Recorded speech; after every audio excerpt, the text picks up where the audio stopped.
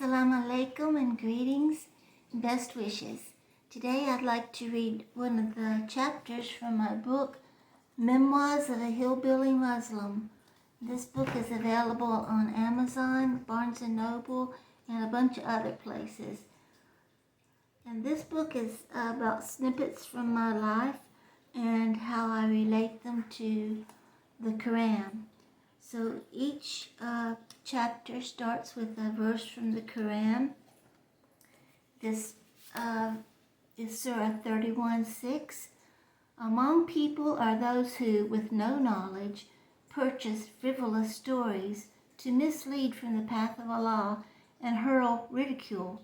For them is the humiliating penalty. And then this story. During the 50s, Mama took me to a traveling tent revival.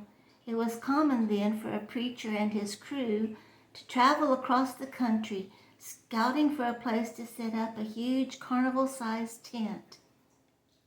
They would get permission from a farmer with a field laid fallow, from the owner of a vacant parking lot, or from anyone else with land not in use. At the revival, the preacher was casting out demons and shouting hallelujahs. People were shaking and rolling in the aisles. Mama explained that the preacher liked for people to fall on the floor and roll around. After the service, he could collect all the loose change that fell from their pockets. Things were really rocking when Franny Phillips stumbled in. She was drunk from whiskey and wanted to relax out of the cold. She found a chair near the back, and soon she was slouched and snoring, sound asleep.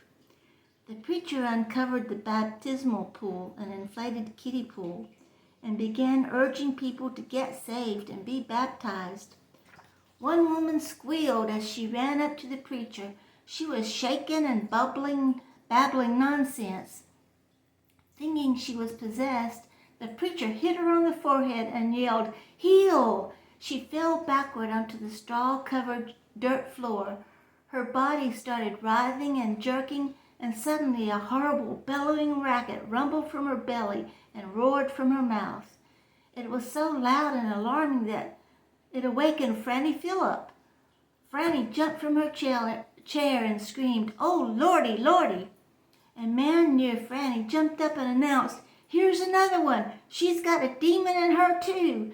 Several people grabbed Franny and pulled her toward the front. She was cursing and fighting, but they all thought that her fuss was from the demon inside her. The preacher had to smack her in the head several times before the demon would shut up, and then he threw Franny in the pool. When she came up cursing, he dunked her back in and held her head under water.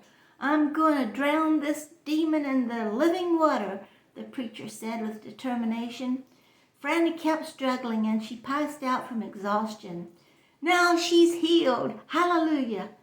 the preacher bellowed as he tossed Franny's wretched body onto a haystack. An occasional tent revival still hammers its pegs into a local pasture or vacant lot, but today most wild and woolly evangelism is kept indoors. Certain types of church members whoop and holler and enact the Holy Riot Act. They hang from the rafters and roll in the aisles. As a test of faith, one sect carelessly handles deadly rattlesnakes as part of the regular worship service. The antics of holy rollers are a stark contrast to the ritualized forms of worship in most churches, however.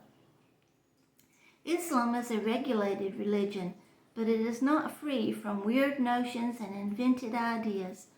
For example, in an Islamic magazine, an article claimed that all gambling is a sin except betting on horse races, because people involved in horse racing have too much money and need to lose some of it anyway. What kind of crazy logic is that? Unyielding dogma also blemishes Islam. A Christian woman researched Islam in order to learn exactly what Muslims believed. She found so many contradicting dogmas that she decided Muslims don't even know what Muslims believe. Different perspectives and ideas are a normal and attractive part of human diversity, But the religion is misrepresented when multiple individuals each insist that his or her way of thinking is the only correct and acceptable view. If you believe something only because that's what you've always been taught, or because it's part of your cultural background, or because it's traditional, or because an Islamic leader said so, examine it for yourself to ensure that it is consistent with God's majesty.